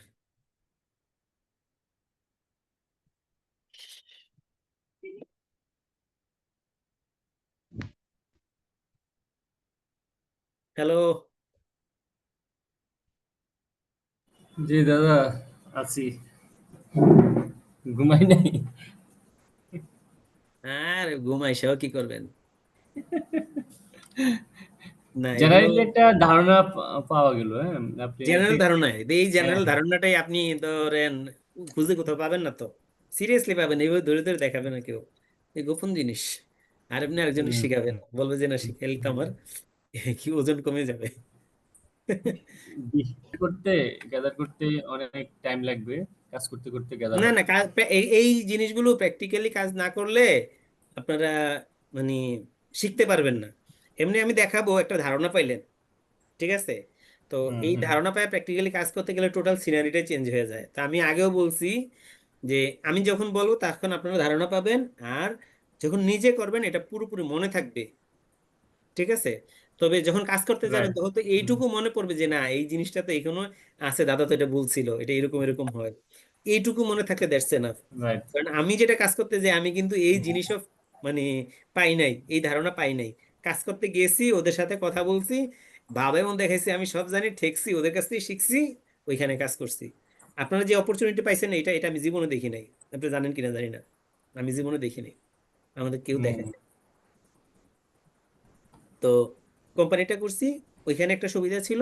আর কোম্পানি তো ওইভাবে দূরে দূরে কেউ শিখায় না, আমাদের যে ছিল সে তো এই জিনিস কখনো মানে দেখায় নাই, দিতে চায় না, এটা নিজেই করতো, যখন ছাড়া তখন ছাড়ছে আর কি, এই ইস্যু ছিল। আর আমাদের কোম্পানিগুলো অধিকাংশ সবই করতে হলো ওটা অন্য সেফ আর্ম করতো, এমপ্লয়ীদের করাইতো না। আমি যেগুলো কনসালটেন্সি করতাম সেগুলো আর কি করতাম, এই কোম্পানিগুলো করাইতো না। তো এটা হুম। এটা হলো ইস্যু। তো তখন আপনি শেখার জায়গাটা কই? তো এখন যখন কাজ করবেন তখন এই জায়গাগুলো তৈরি হবে, আস্তে আস্তে করতে পারবেন। দাদা এখানে আমাদের একটু শেখার জন্য যদি এটা আমি বলাটা কেমন হয় সেটা বলতে পারতেছি না, তাহলে আপনার যে দুইটা ডকুমেন্ট দেখাইছেন এগুলো কি প্রয়োজনের নামটা আপনি ক্লোজ করে আমাকে সামিরুল একটু ভাই, send করা যাবে? সামিরুল ভাই বলতেছেন? না, জাহিদ বলছিলাম দাদা। ও জাহিদ ভাই, আপনার নাম তো নাই, আপনার তো না, নাম তো থাকার কথা, নাম নাই, আমি তো আপনার হ্যাঁ কথা আছে, অপো সিপিএইচ। হ্যাঁ। তো অপ্পু, আপনার নাম কি অপ্পু? না, নাম তো আমি তো খেয়াল করি না দাদা। হুম, সরি 2 দাদা। নম্বর লোক অপ্পু মিয়া। হ্যাঁ, আমি লিখে দিছি, জাহিদ ভাই লিখে দিছি। জি জি। এটা আমি দিব, তবে একটু নামটা চেঞ্জ করে দিব। হ্যাঁ হ্যাঁ হ্যাঁ হ্যাঁ, কারণ আমাদের অ্যাকাউন্ট মানে এখানে যে দাদা ইয়াটা অর্ডারটা আছে, আর হলো আমার ফিনান্সিয়াল স্টেটমেন্টটা, ওইটার মধ্যে নামটা অফ করে দিলে তাহলে এটা আপনার জন্য ভালো হয়, আমাদের জন্য ভালো হবে, ঠিক আছে? হুম। দাদা টিডিএস আর বিডিএস এর একটা লিস্ট একটু দিন তো দাদা। টিডিএস এর লিস্ট কিন্তু দিছি, বিডিএস টিডিএস এর লিস্ট দিছি এবং বইতেও আছে, হ্যাঁ। কিন্তু বিডিএস এরটা করা সম্ভব না ভাই, মাপও চাই, দেওয়াও চাই। দাদা প্রিভিয়াস একটা ক্লাসের এক্সেল ফাইল ছিল, হ্যাঁ, প্রিভিয়াস ক্লাসের একটা এক্সেল ছিল আর কি। বিডিএস এর না না না, মানে সম্ভবত 18তম বা 19তম ক্লাসের, যে প্রথম রিটার্ন যারা করে আর কি। দাদা শিডিউলটা দাদা। দাদা ওই যে প্রিভিয়াস যে লং লাইফে টাকা নেওয়ার জন্য একটা হ্যাঁ এক্সেল শিট দেখাইছিলেন না, যে হ্যাঁ কোন হ্যাঁ। ইয়ারে, ওইটার কথা বলতেছে মেবি। জি জি জি ও, জি। ওটা কি দেই নাই আপনাদেরকে? না জি না না দেন দেন দাদা। নাই। নাই, বলছিলেন শেয়ার করবেন, পরে আর করেন নাই। আরে, আমার তো শর্ট টাইম মেমোরি লস হয়ে যাইতেছে, আমি এসব দায়ী আমার বই, একেবারে তাহলে কি মন থেকে বলি, সিরিয়াসলি। এটা কঠিন সিদ্ধান্ত হয়েছে, আমি মানে ফিল করতেছি তো শর্ট টাইম মেমোরি লস হয়েছে। আপনি দাদা ভাবিরে দাদা বাসায় অনেক আনেন, ভালো হয়েছে, নাহলে আপনি আপনার জন্য ভালো ভাবির হয়েছে এটা বাসায় অনেক। চলে যান, তাইলে এটা সমাধান হবে। হ্যাঁ, ভাবিরে ঢাকায় নিয়ে আসেন, নাহলে আপনি এই কুমিল্লা যে চলে পাশে যান। ঢাকায় নিয়ে আসতাম, হ্যাঁ পাশেই তো আছে। তাই। ও আচ্ছা আচ্ছা। না, এটা কি জানি, প্রিভিয়াস ইয়ার্স শিডিউল, এইটা এইটা তাই তো। হ্যাঁ জি এটা। দাদা দাদা, এটাই। আমি দিয়ে দিচ্ছি। হুম,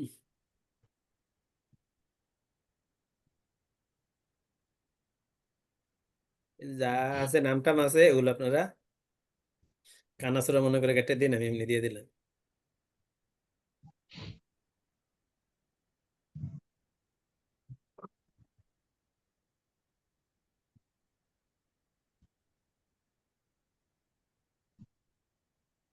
ওকে, আর এগুলো দিয়ে রাখবো। আর নেক্সট ক্লাসে কি শিখতে চাচ্ছেন বলেন? নেক্সট ক্লাস কিন্তু লাস্ট ক্লাস আপাতত, এরপরে যা লাগে আপনারা অন্য ক্লাসে জয়েন করেন, এটাকে আর কন্টিনিউ করতে পারতেছি না। দাদা কোনো ফাইল যদি অডিটে পড়ে তাহলে আইনি ঝামেলাগুলো কিভাবে ফেস করতে হবে এই বিষয়গুলো। হ্যাঁ, অডিটে পড়লে ধরেন একটা চিঠি দিবে, চিঠি দিলে চিঠি অনুযায়ী ডকুমেন্টস গুলো রেডি করা লাগে, এই যে আপনাদের দেখাইলাম না, পুরো ভিত্তি করে। এখন দুই একটা যদি ফাইল পাইতেন তাহলে দেখাতাম, আর ধরেন আবার সরাসরি ক্লাস হইলে এটা একটু ভালোভাবে দেখা যেত। অনলাইনে আসলে ওনারা চিঠি দিবে, চিঠি দিয়ে জিনিসপত্র চাইবে, যে আপনি এই জিনিস দেন, এই জিনিস দিন, আপনি ব্যাংক স্টেটমেন্ট দেন, আপনি ব্যাংক স্টেটমেন্ট অ্যানালাইসিস দেন, আপনার যে ক্রেডিট হয়েছে এই টাকাটা এটার প্রুফ দেন, আপনি যে তাকে পেমেন্ট করছেন এটার প্রুফ দেন, এরকম লিস্ট চাইবে। তো এরকম লিস্ট চাইলে এইভাবে এইভাবে লিস্ট করে আপনারা দিতে হবে, সাজায়া তাদের চিঠির উপরে দিয়ে লিস্ট আকারে জিনিসগুলো ডকুমেন্টস আকারে সাবমিট করতে হবে। কোনোভাবে কিন্তু মাপ নাই, এগুলো এভাবে দিতেই হবে। এখন ডকুমেন্টস দেওয়ার ক্ষেত্রে বিভিন্ন জন বিভিন্ন রকম দেয়, যারা জানে না তারা একরকম দেয়, হজবরল দেয়, হজবরল দিলে হবে না। একবারে সিকোয়েন্স, তারা যেই সিরিয়ালে যা যা তথ্য চাইবে সেম সিরিয়ালে, দেখেন আমার এখানে এই যে সেম সিরিয়ালে এখানে দেয়া আছে, ঠিক আছে? এইভাবে ট্যাগ লাগিয়ে লাগিয়ে দিতে হবে। আবার ট্যাগ লাগাইলে শুধু এটা লাগাই দিলে ওটা খুলে যাবে, এটা পিন আপ করে দিতে হইব। ছোট জিনিস, হুম, কিন্তু খুবই গুরুত্বপূর্ণ। দেখেন এই যে পিন আপ করা আছে, বুঝলেন? দাদা হারাই ব্যাংকের যাবে। এবং তাদেরকে দেওয়ার সময় এই এমনি থুক দিলে হইব না, ট্যাক্স অফিসে যখন সাবমিট করতে হবে তখন কি এটা এই কোনাকুনি দুই পাশে সোজা দিয়ে বেঁধে তারপর দিতে হবে, যাতে কোনোভাবে না হারায়, একটা পাতাও না হারায়। নাইলে আজকে দিয়েছেন কালকে আবার বলবে যে এটা তো দেন নাই। দাদা দাদা স্যালারির পার্টটুকু কিভাবে দিবে? হ্যাঁ, স্যালারির পার্টটুকু কিভাবে দিলে সুন্দর হয়? স্যালারির পার্টটুকু জি। স্যালারি শিট দিবে, স্যালারি শিট দিয়ে অধিকাংশ ম্যানেজ করা যায়। আর ওই যে ব্যাংক স্টেটমেন্ট যে অ্যানালাইসিস, ওইখানে এই ব্যাংক স্টেটমেন্ট অ্যানালিসিসের মধ্যে ভাগ করা থাকে, আপনাদেরকে দেখাইছিলাম কোনটুকু স্যালারির পার্ট, কোনটুকু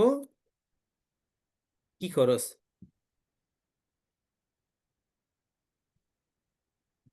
এই দেখেন এই উইথড্রন পার্টটা দেখলে এখানে এই সামারি করা থাকে কোনটা, এই যে দেখছেন স্যালারি, স্যালারি কত টাকা আছে। তো আপনি যখন স্যালারি শিট দিলেন 69,28,244 টাকা, আর এখানে ওটা মিলবে না কারণ টিডিএস কেটে তো যায়, তো টিডিএস সহ হলেও বাড়বে, তখন আলাদা আলাদা থাকবে, স্যালারি শিট দেখেই মিলে যাবে। স্যালারি শিট তো আশা করি অবশ্যই দেখছেন।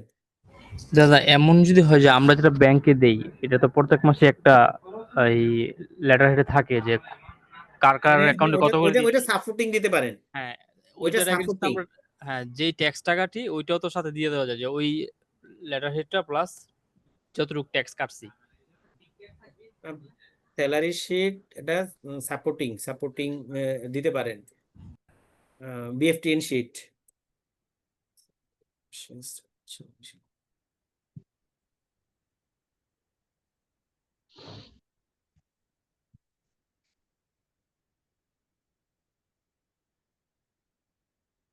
এই যে এরকম ভাবে স্যালারি শিট টিডিএস কাটা থাকলে তা উল্লেখ থাকবে এটা, আর এর সাথে হলো সাপোর্টিং গুলো থাকবে, এই যে এগুলি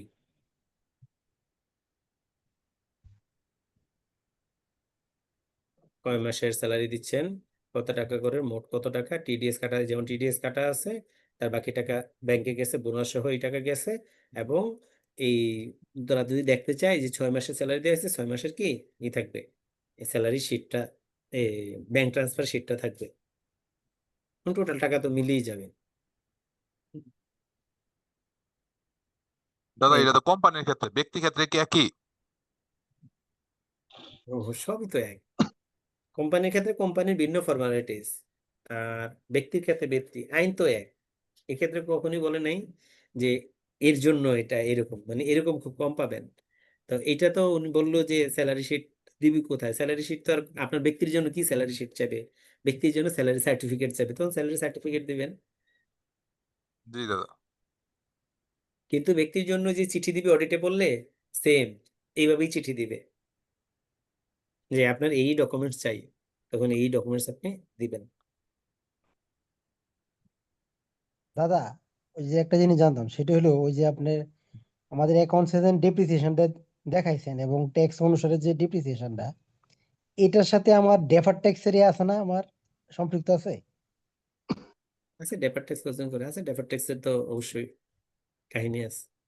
ডেফার ট্যাক্সের শুধুমাত্র একটা পার্ট না, দুইটা পার্ট আছে না, এটা আমার লাইবিলিটি হইতে পারে আর একটা কি অ্যাডভান্সও জি হইতে পারে,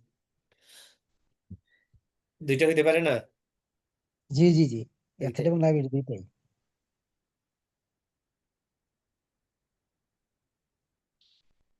এখন ট্যাক্স প্রভিশন করে রাখলেই হয়। ডেফার ট্যাক্স বড় প্রতিষ্ঠানগুলো করে, ছোটখাটো প্রতিষ্ঠানগুলো করে না, কিন্তু ট্যাক্স প্রভিশন সবগুলোই করে, কত ট্যাক্স আসবে এটা করে। আর কারো প্রশ্ন? দাদা আমার ছোট্ট একটা কোশ্চেন ছিল, সেটা হচ্ছে যে প্রপার্টি বিজনেসে অনেকে আছে দেখা গেছে ছোট বিজনেস করে, উনি কারেন্ট অ্যাকাউন্ট মেনটেন করে না, এখন বলতেছে যে আমি 5,000 টাকা ট্যাক্স দিব। তো সেই ক্ষেত্রে উনি আর হিসাব নিকাশ ওরকম করতে পারে না। তো সেক্ষেত্রে সেলসটা 5,000 টাকা ট্যাক্স করার জন্য জিপি রেট অনুসারে যদি গ্রোস প্রফিট নেই, আর 1/3 যদি সেলিং অ্যাডমিনিস্ট্রেশন এক্সপেন্স দেখায়া যদি ফাইল করা হয়, সেক্ষেত্রে এটার মানে গ্রহণযোগ্যতা কতটুকু, বা ফাইল রিস্কে পড়ার কোনো এটা পসিবিলিটি? ওনারা ওই একটা ট্রেন্ড আর কি, হ্যাঁ এটা হ্যাঁ ট্রেন্ড। আপনি জিপি রেটটা ঠিক রেখে অন্যটা যদি প্রুভ করতে পারেন সেক্ষেত্রে হ্যাঁ কোনো অসুবিধা নেই, এটা হইতেই পারে, রিয়েলিটিতে হইতে পারে। এখন সব সময় যে এই জিনিস মিলবে তা না, তো তারা হ্যাঁ ধরবে, এটা নিয়ে ধরবে, যদি ফাইলে অডিটে পড়ে আপনি যেমনি হোক আটকাবে, অডিটে না হ্যাঁ পড়লে তো আপনি সব মাপ পেয়ে গেলেন, এক কথাই শেষ। আচ্ছা আচ্ছা। মানে ফাইল যদি অডিটে পড়ে আপনার হুম যেমনি হুম হোক আপনাকে তারা ধরবে, তবে ওইটা ঠিক রাখেন, মানে বাস্তবতার সাথে একটু মিল রাখেন। আপনি হুম, দেখাইলেন জিপি রেটটা মেনটেন করলেন, কিন্তু হ্যাঁ এমপির ক্ষেত্রে অত বেশি, মানে বেশি বাড়াবাড়ি করবে না। হুম, ধরেন ওই লোক 5,000 টাকা ট্যাক্স দিবে, 5,000 টাকা হ্যাঁ ট্যাক্স দিবে মানে তার 5 লাখ টাকা ইনকাম, না, 4.5 লাখ, 4.5 লাখ 4.5 টাকা। লাখ।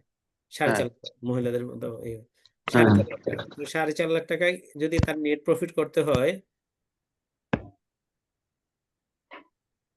ধরেন 10% জিপি রেট পেলেন যে কোনো একটা বিজনেসের, যেটাতে 10% হয়। হ্যাঁ, এখন ওই যে ওয়ান থার্ড করে, মানে হ্যাঁ, হ্যাঁ, যেটা, হ্যাঁ, তা হ্যাঁ, এইটা ভাগ 3 ঠিক ধরলাম, তাহলে এখানে হলো 6 লাখ টাকা। হ্যাঁ। ঠিক আছে, তাহলে তার এটা হলো জিপি।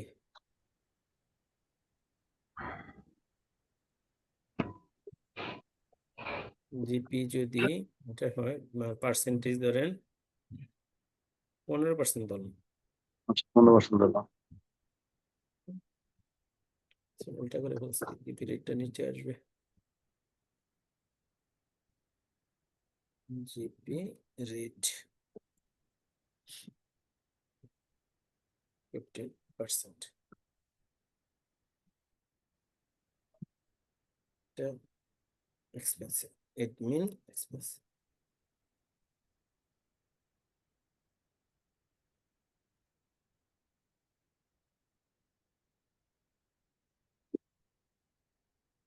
হলো সিওজিএস, সেলস।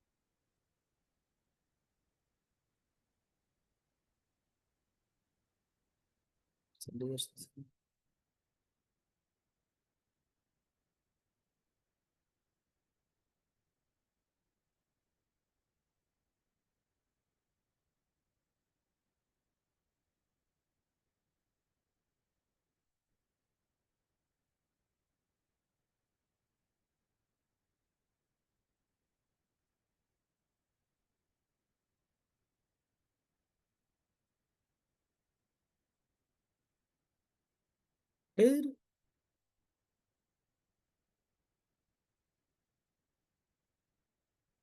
যাই হোক, ভুল শুধু যা হয়েছে, তাহলে আপনার এটা আসছে জিপি, জিপি পার্সেন্টেজ এত, এটা খরচ দিলে এত, তো আপনাকে এইভাবেই আসলে ব্যাক ক্যালকুলেশন করে সামনে যাইতে হবে। আচ্ছা, আচ্ছা। এটা ছাড়া আর কোনো গতি নেই। হয় নাই। না, গতি নেই। এখন এটা তারা মানবে না মানবে, এখন দেখা যায় এই ক্ষেত্রে হুম। পরিবর্তন হয়ে যায়, আবার দেখা যায় তার সেলস আসলে যেটা হওয়ার কথা ছিল এটা না, সেলস এখানে জিপি যদি 6 লাখ টাকা হয়, আর কস্ট অফ সোল্ড 85%, 85 তো গুণ 85,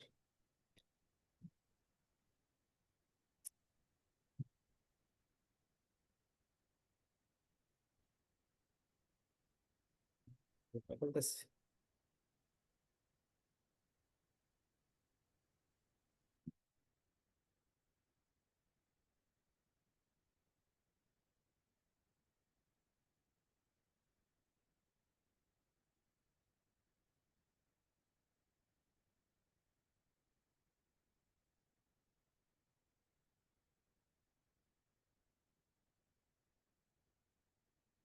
দেখা যাচ্ছে না। তো যেটাই হয় আপনাকে এটা ব্যাক ক্যালকুলেশন করে উঠাইতে হবে। আচ্ছা, ঠিক আচ্ছা, আছে, আচ্ছা। ঠিক আছে। দাদা, আমার একটা কোশ্চেন ছিল। জি বলেন। দাদা, ওই যে স্যালারি থেকে যখন টিডিএসটা কাটা হয়, দাদা এটা আসলে মানে সঠিক প্রসেসটা কি? মানে ওই যেমন অফিস থেকে মিনিমাম একটা ট্যাক্স কাটা হয়, বা আমাকে একজন বললো যে এটা ধরা হয় যে সে ম্যাক্সিমাম তার যতটুকু অ্যালাউবল ইনভেস্টমেন্ট লিমিট আছে সে ততটুকু ইনভেস্ট করবে। এই ধরনের হিসাব কিতাব করে নাকি দাদা একটা করা হয় কেন? যে হ্যাঁ। আপনাদের তো আপনাদের তো ওই মাল আমি দিয়ে দিছি, এতদিন পরে এই কথা বলছেন। কবে সেই দাদা একটু জুলাই মাসে? ওইটা তো দেখাইছিলেন, আমি একটু আসলে পরে দেখছিলাম, কিন্তু একটু বুঝি নাই, মনে হয় একটু কনফিউশন ওইটাতে আছে। তো একটু যদি বলতেন ওইটা।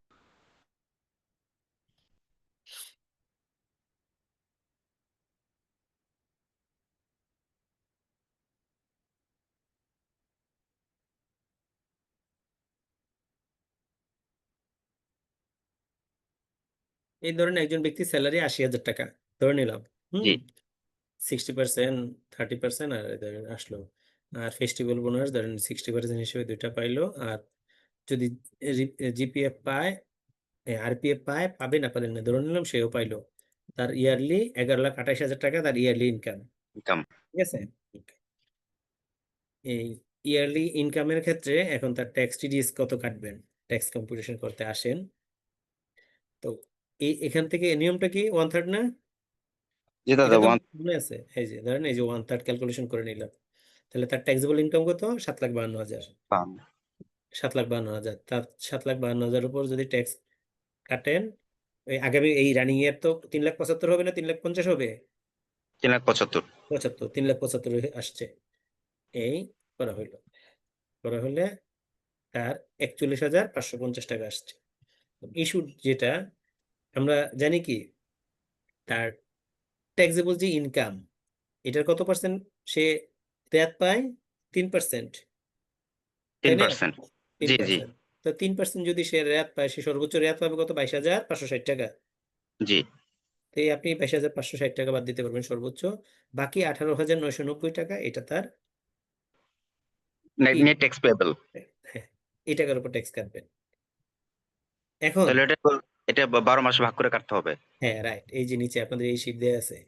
এখন যদি কোনো প্রতিষ্ঠান বলে যে তেরা প্রতিষ্ঠান আছে আমার প্রতিষ্ঠানের মতো, তো আগের প্রতিষ্ঠান, তো বলে যে না আমি এই কোনো ইনভেস্টমেন্ট কনসিডারে নিব না, ঠিক আছে, আমি পুরো টাকার উপর কাটবো, তখন তো কিছু করার নাই। তখন এই ৪১,৫৫০ টাকার উপর কাটবে। এখন আরেকটা হইতে পারে, যাদের গাড়ি আছে অ্যাডভান্স ট্যাক্স দেয়া থাকে না, ওই অ্যাডভান্স ট্যাক্সের ক্ষেত্রে গাড়ি থাকলে তো মাস্ট বি অ্যাডভান্স ট্যাক্স দিতে হয়। তখন আপনার এই প্রতিষ্ঠানকে বললেই হয়, আইনে বলা আছে যে চিঠি নিতে হবে, হ্যাঁ, ট্যাক্স অথরিটি থেকে, এখন নাই, আগে ছিল। তো এটা আবার আপনার প্রতিষ্ঠানকে বলবেন যে আমার এখানে এই যে ৪১,৫৫০ টাকা আসছে এবং আমি রেয়াত এটা পাই, আমার ২৫,০০০ টাকা অ্যাডভান্স দেওয়া আছে, ঠিক আছে, জি আমার দাদা। কিন্তু ট্যাক্স আসে না। তখন তারা তো একবার ট্যাক্স না কাটা ছাড়বে না, তখন তারা ৫,০০০ টাকা কাটবে, ইয়ারলি সেক্ষেত্রে আমাকে ৫,০০০ গাড়ির দ্যাট ওই ট্যাক্সের কাগজটা হচ্ছে শো করতে অফিসে হবে, জমা দিতে হবে। অফিসে দিতে হবে, ঠিক আছে। জি দাদা। দাদা আর গাড়ি যে দাদা ট্যাক্সটা দাদা, সে ফর এক্সাম্পল আমার রেগুলার ট্যাক্স আসতো দাদা 15,000 টাকা, কিন্তু দাদা গাড়ির জন্য আমি সে 25,000 টাকা দাদা জমা দিয়েছি, তাহলে কি দাদা এই 25,000 টাকার কি কোনো ফিউচার বেনিফিট পাবো, মানে রিমেনিং? কোনো বেনিফিটেড নাই। আইনে বলা আছে যে গাড়ি নিবে ধরা হয় তার সেই পরিমাণ ইনকাম আছে, ট্যাক্সেবল ইনকাম আছে, যদি তার ট্যাক্স না আসে ধরা হবে যে সে ট্যাক্স তাকে দিছে, ঠিক আছে। আচ্ছা, ওকে দাদা, থ্যাংক ইউ। ওকে, তাহলে সবাইকে অশেষ ধন্যবাদ। নেক্সট ক্লাসে আপনারা নিজেরাই প্রপোজাল দিয়েন কি করতে চান। যদি বলে যে টোটালটার একটা ওভারভিউ, কিভাবে আমরা রিটার্নটা সাবমিট করবে, আমাদের কি কি চ্যালেঞ্জের জায়গাগুলো আছে কাজ করতে গেলে, আমরা সেটা নিয়ে একটা ক্লাস করতে পারি। দাদা আমার একটা কোশ্চেন আছে লাস্ট। বলেন। পার্টনারশিপ ফার্মের ক্ষেত্রে যে প্রফিট উইথড্র করে, প্রফিট উইথড্রটা তার পার্সোনাল ফাইলে বিজনেস ইনকাম হিসাবে দেখাবে কেমন? যে টাকাটা উইথড্র করবে সেই টাকাটার সরাসরি সরাসরি এখানে সে কাউন্ট করবে যে আমার দুজন পার্টনার ১,০০,০০০ টাকা আমার প্রফিট হয়েছে, ৫০,০০০ টাকা আমার ফাইলে আমি নিয়ে আসলাম, ওখানে ট্যাক্স দিলাম, ট্যাক্স দিয়ে আমি আমার এখানে পার্সোনাল ফাইলে বিজনেস ইনকাম বরাবর এখানে দিয়ে দিলাম। আহ, এমনটা আমি বুঝতে বিষয়টা। পারছি, আবার আপনি একটা ভালো প্রপোজাল দিচ্ছেন। তারপরে নেক্সট ক্লাসে এই পার্টনারশিপটা নিয়ে একটু হ্যাঁ, ক্লাস করি, যে আধা ঘন্টা ১ ঘন্টা গেল সেটা নিয়ে একটা ক্লাস হতে পারে। জি জি। ঠিক আছে, এটা একটা ভালো হইতে পারে। আর অন্যান্য আপনাদের যা যা প্রশ্ন সেদিন করবেন, এটা এটা একটা হইতে পারে, ঠিক কি আছে বললেন? দাদা। জি জি জি জি। দাদা। দাদা আমার একটা কোশ্চেন ছিল দাদা। ঠিক আছে, বলেন তোলদা, বলেন। দাদা আমাদের লাস্ট চতুর্থ বা পঞ্চম ক্লাসে আর্থিক পরিসম্পদ আয়ের মধ্যে মানে বলা হয়েছিল ডিপিএস অনেক সময় টিডিএস টা কাটে না, সোর্স ট্যাক্সটা কাটে না ব্যাংক থেকে, শুধুমাত্র প্রফিটটা দিয়ে ক্লোজিং ব্যালেন্স দেখায় দেয়। ওই ক্ষেত্রে বলছিলেন যে এটা উইথাউট টিডিএস একটা অপশন আছে ওইখানে দেখানোর জন্য, না হলে দেখানোর দরকার নাই। দাদা হুম এই ক্ষেত্রে দাদা আমি কিভাবে ট্রিটমেন্টটা করবো? এই ক্ষেত্রে কি আমি ব্যালেন্স শিট শুধুমাত্র দেখিয়ে দেবো এটা? আমি বলি, যদি আপনার ট্যাক্সের স্ল্যাবে পড়ে যান, ট্যাক্সের মধ্যে পড়ে যান, তাহলে এটা ইগনোর করেন। কেন? যখন আপনাকে ব্যাংক ফাইনালি টাকা দিবে, তখন কিন্তু ট্যাক্স কেটে রাখবে। আপনি তখনই ইনকাম দেখাবেন, তখনই ট্যাক্স দেখাবেন। আর যদি ট্যাক্সের স্ল্যাবে না পড়ে, তখন দেখায় দিতে পারেন, অসুবিধা নেই। আর যদি এখন আপনি দেখাবেন না ট্যাক্সের স্ল্যাবে পড়ছে, তাহলে আপনি শুধু সব জায়গায় প্রিন্সিপাল অ্যামাউন্টটা দেখিয়ে দিয়ে যাবেন। মানে প্রতি ইন্টারেস্ট মাসে 2000 করে কাটলে ইন্টারেস্ট যে ইন্টারেস্টটা দেয় এটা দেখাবো না? ইন্টারেস্ট না, প্রিন্সিপাল অ্যামাউন্ট দেখাবেন। ইন্টারেস্ট দেখানো মানেই তো ইনকাম দেখিয়ে দেয়া। জি দাদা, তাহলে মানে প্রিন্সিপাল অ্যামাউন্ট প্রতি বছর শেষে যত করে বাড়তেছে আমি অ্যাসেটের করে ওইটা বাড়ায় আমি দেখাই দেবো ইনভেস্টমেন্টে। অ্যাসেটের ইন্টারেস্ট আনবেন না, শুধু প্রিন্সিপাল অ্যামাউন্ট। জি দাদা বুঝতে পারছি। ঠিক আছে, সবাইকে ধন্যবাদ। Good night. অনেকে চলে গেছে। Good night. গুড নাইট দাদা। নমস্কার দাদা। Good night.